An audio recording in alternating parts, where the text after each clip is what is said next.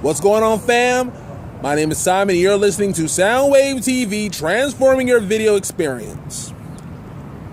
I'm sure you know by now that Thomas Michael Ford, who played Tommy Strawn for 5 seasons on Martin, that's what he's best known for. He has passed away at the age of 52. And it was right up the road in Atlanta. I don't know how long he had been in Atlanta, but yeah, because this video has been recorded. If you don't know, I record down here in Augusta.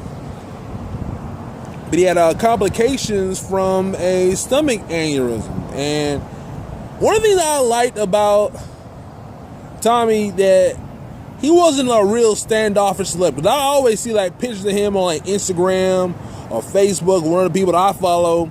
Like, if you wanted a picture, he didn't mind. He took time out of his day. He would snap a picture. You know, he wasn't real standoff or stuck up like that. So I think that was always, like, endeared him to people.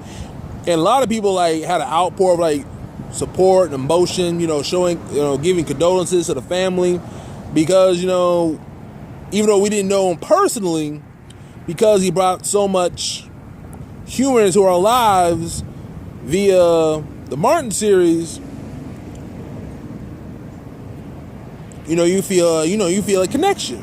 So, and he also did New York Undercover. A lot of people don't know, he also did New York Undercover, the later seasons, and he played Kim Parker's father on The Parkers. And those were a little bit more serious, a little bit more dramatic roles to kind of show off his range. And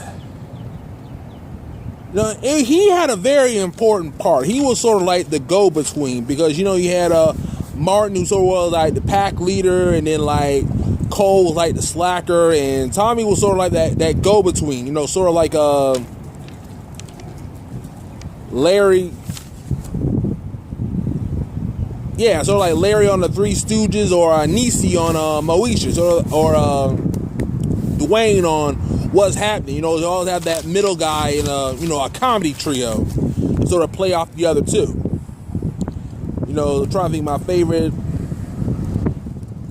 specific things on Martin that I like from Tommy. The eulogy he gave when the plumber died inside his house.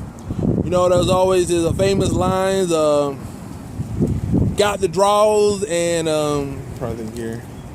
You know, I was going with the different talk about going to job, and then always smack him upside the head and say, "You ain't got no job." That was kind of like the running gag. Was sort of like, is he a stripper or a drug dealer? Because the only way you can have clothes that fresh with no like verifiable source of income is either like stripping or dealing. But that was always sort of like the running gag for Tommy on Martin. And just on the same thing about it, I was going to my house, and I see all these green balloons and all these green ribbons, and I'm like, what is all this green for? Because I know you got pink out for breast cancer awareness, but it turns out one of the pastors from one of the churches in my area, his daughter passed away last week from a brain aneurysm, and she was just 10 years old. And her name was Ella Baumgartner. Her father, his name was Jeff. And you know, you hate to see anybody lose their life, but especially somebody so young, just learning about life and just enjoying existing. And yeah, our favorite color was green, so the whole down George Avenue, sort of like the main street in North Augusta, everybody had the green ribbons and green balloons and green clothes and green doors. And you know, they made a decision for her to be the organ donor. So if somebody else, another child, loses a vital organ, hopefully if they're a match with Ella, then you know, they can continue on their life. And I know that has to be a hard decision, because that's not something you want to think about for your young child. You know, as a parent, you know, as a nightmare that very few of us can ever comprehend. You know, as a parent, you never want to outlive your child. And I'm just sitting here thinking, is like, is there a way to prevent aneurysms? Because you know, like with Tommy Ford and with young Ella, they both died from aneurysms. And it's like, is there a way? Is there like warning signs? Because I know what he's talking about. That's like, because unlike cancer, it's a very slow process, but aneurysms strike so quickly.